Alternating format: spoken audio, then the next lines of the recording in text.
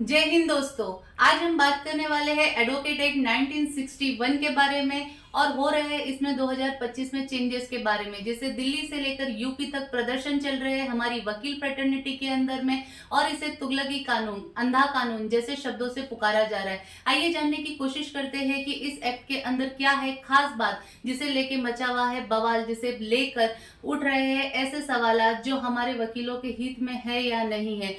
इस दौरान हम बात करने वाले हैं ऐसे 10 पॉइंट की जिसे लेके तेज बहस छिड़ी हुई है और यह सोचने पे मजबूर किया जा रहा है वकील फ्रेटर्निटी को कि आए हुए चेंजेस क्या सही में हमारे हित में है या नहीं। आइए देखते हैं एक एक करके वो क्या चेंजेस है जिससे सारे वकील आप पे और मुझ पर इफेक्ट पड़ने। सबसे पहले हम बात करेंगे इसकी डेफिनेशन की, जिस डेफिनेशन के अंदर में लीगल प्रैक्टिशनर वर्ड में जो लोग कॉर्पोरेट में काम कर रहे थे या पैनल में काम कर रहे थे अब उन्हें भी फुल टाइम एडवोकेट माना जाएगा। तो कई तरीके से देखा जाए तो ये एक अच्छी खबर भी हो सकती है और कई तरह से ये अच्छी खबर नहीं भी हो सकती। तो इसका जो असर है ये वकील टू वकील वेरी करेगा। अब हम बात करते हैं अगले पॉइंट की, ये है मैंडेटरी बार काउंसिल रजिस्ट्रेशन। यहाँ पर हमारे जो वोटिंग राइट होते हैं, जिस तरह से अगर हम हाईकोर्ट प्रैक्टिस करते हैं तो हम हाईकोर्ट में भी वोट देने का अधिकार रखते हैं। डिस्ट्रिक्ट के हम बार मेंबर होते हैं तो हम डिस्ट्रिक्ट में भी अपना वोट देते हैं। साथ ही साथ अगर हम किसी नेटिव प्लेस से आते हैं तो हम वहां पर भी अपना वोट देते हैं। लेकिन यहाँ पूरी तरीके से हमारे वोटिंग के राइट को कर्टेल किया जा रहा है और कहीं ना कहीं उसे लिमिट करने के लिए 1 बार 1 वोट को शामिल किया जा रहा है। इसी के लिए यहाँ पे एक और क्लॉज जोड़ा गया है कि अगर हमने हमारा प्रैक्टिस साइट चेंज किया है, अगर हमने प्लेस को चेंज किया है तो बार को इसका नोटिफिकेशन हमें विद इन 30 डेज करना होगा और हम किसी भी एक ही बार के स्थायी सदस्य के तौर पे काम कर सकते हैं। तीसरा पॉइंट और सबसे ज्यादा जिस पॉइंट को लेके बहस छिड़ी हुई है, सबसे इंपॉर्टेंट पॉइंट है, वो है 35A का। 35A प्रोहिबिट करता है। हम सब जानते हैं कि कानून की देवी से अब जो है आंख पर से पट्टी हटा दी गई है, लेकिन ये पट्टी हटी नहीं है, अब इसे वकीलों को पहनाने की तैयारी की जा रही है। हाँ मेरे दोस्तों, prohibition of strike and boycott 35A सीधी सीधी बात करता है कि जिस दौरान कोर्ट चल रहा है, कोर्ट के प्रोसीडिंग आर के अंदर में अगर किसी भी तरह का प्रोटेस्ट किया जाता है, स्ट्राइक की जाती है, बायकॉट किया जाता है, सीधा सीधा फाइन के प्रोविजन है, साथ ही साथ कैंसिलेशन ऑफ रजिस्ट्रेशन के भी प्रोविजन। अब हम बात करेंगे इसके तीसरे पॉइंट की जिसके ऊपर तेज बहस छिड़ी हुई है, जिसको लेके प्रदर्शनों की लाइन लगी हुई है, जिसके ऊपर सवाल पे सवाल दागे जा रहे हैं। वो ये है कि क्या हमारे न्याय की जो देवी थी उसकी आंखों से पट्टी निकाल के क्या वो पट्टी अब वकीलों को पहनाने की तैयारी सरकार कर रही है।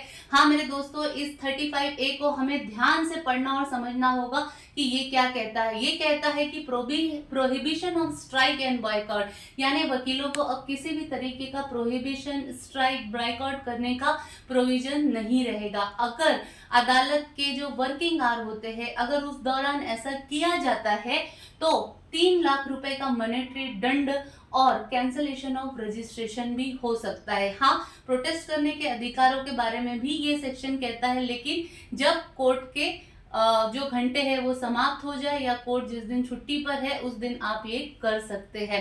तो इसे ठीक से समझने की कोशिश होगी क्योंकि जो सबसे ज्यादा असर पड़ने वाला है इस सेक्शन का एक वकील के जीवन पे पड़ने वाला है। हमारे अधिकारों की अब किसी भी प्रकार को लेकर, हमारे अधिकारों को लेकर अब हम किसी भी प्रकार का स्ट्राइक, बायकॉट, प्रदर्शन अब हम नहीं कर पाएंगे। इसके बाद हम बात करेंगे चौथे पॉइंट की, government oversight member in state bar. यहाँ पे गवर्नमेंट विजिलेंस करना चाहती है हमारे स्टेट बार में। जैसे अभी आप देखते हैं कॉलेजियम सिस्टम से सुप्रीम कोर्ट के अंदर कुछ जजेस बनते हैं जो कॉलेजियम सिस्टम से बनते हैं। अब इसी तरह का नॉमिनेटेड सिस्टम वो लाना चाहती है हमारे बार काउंसिल के अंदर। कुछ मेंबर होंगे जो चुन के जाएंगे और कुछ मेंबर होंगे जो मनोनीत किए जाएंगे। तो ये भी एक जो गवर्नमेंट का ओवरसाइट आएगा हमारी स्टेट बॉडी के ऊपर, ये भी एक चिंता का विषय हमारे लिए बनने वाला है। Liability for the misconduct 45B। अब सबसे जो दूसरा खतरनाक पॉइंट, एक हो गया 35A और दूसरा हो गया 45B। ये दोनों भी ऐसी खतरनाक चीजें हैं जो एक वकील के जीवन पे आने वाले समय पे बहुत ज्यादा प्रभाव डाल सकती है। Where client can file case application against the advocate to recover the financial losses, यानी हमने जिस हमने जिस भी व्यक्ति को रिप्रेजेंट किया है और हम उसके एडवोकेट रहे हैं, अगर उसे लगता है कि मेरा कोई फाइनेंशियल नुकसान हुआ है तो उसको रिकवरी करने के लिए वो प्रोसीडिंग फाइल कर सकता है। ठीक है।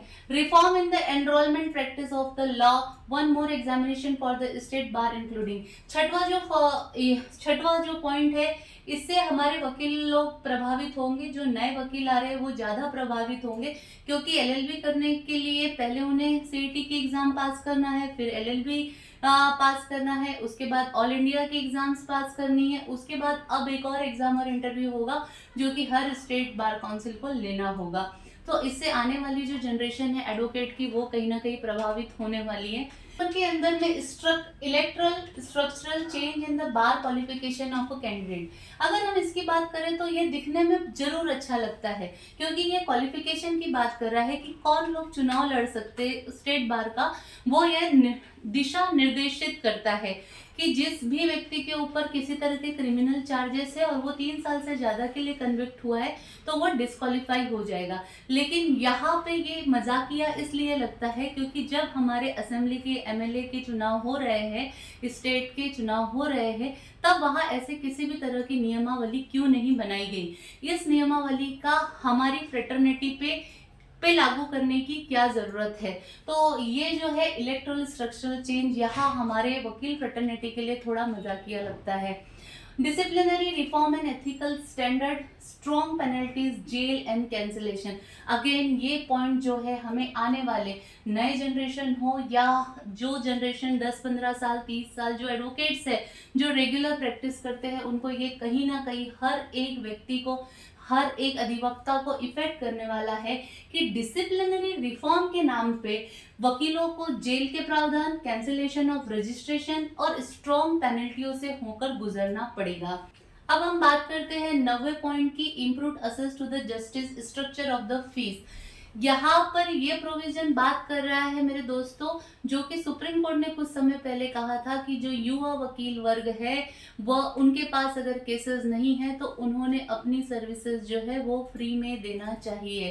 तो ये बात कर रहा है कि हर वकील की फीस को स्ट्रक्चर करने की, वकील ने अपनी फीस को कम करना चाहिए। तो हमें कितनी फीस चार्ज करना चाहिए, हमें क्या करना चाहिए, ये सारी बातें जो है ये वेरी करती है, वकील टू वकील वेरी करती है, हर वकील के स्टेटस के हिसाब से, उसके नॉलेज के हिसाब से ये चीज़ वेरी करती है। इस चीज़ को लिमिट नहीं किया जा सकता।